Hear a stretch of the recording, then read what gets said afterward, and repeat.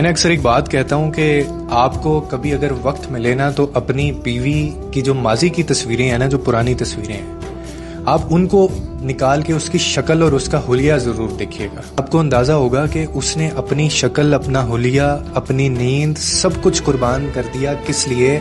کہ آپ کو اولاد کے والد کا درجہ دے سکے.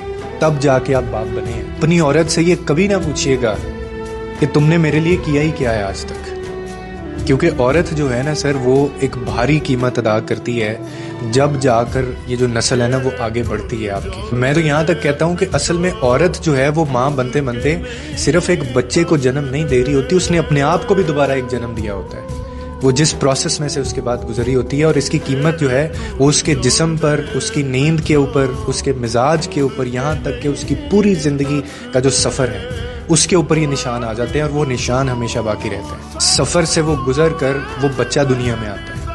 اس میں وہ راتیں بھی شامل ہیں جب وہ سو نہیں سکی، وہ دن بھی شامل ہیں جب اس نے خود کو بھی نظر انداز کیا، کیونکہ اس کے پاس کوئی آپشن نہیں تھا، صرف اس لیے کہ گھر، شوہر اور بچے جو ہیں وہ سکون میں رہیں.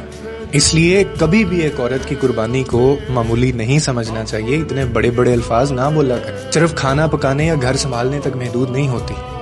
اس کی اپنی جوانی، اس کی اپنی انرجی، اس کی اپنی ذات کے کئی حصے ہوتے ہیں، اور کئی حصے اس کو دوسروں کے نام کرنے پڑتے ہیں. آپ کو ایک بات بتاؤں کہ جس عورت نے بڑے دل سے نبھایا ہوتا ہے نا، جب اس کو یہ الفاظ سننے کو ملتے ہیں نا کہ تم نے کیا ہی کیا ہے، تو بہت تکلیف ہوتی ہے.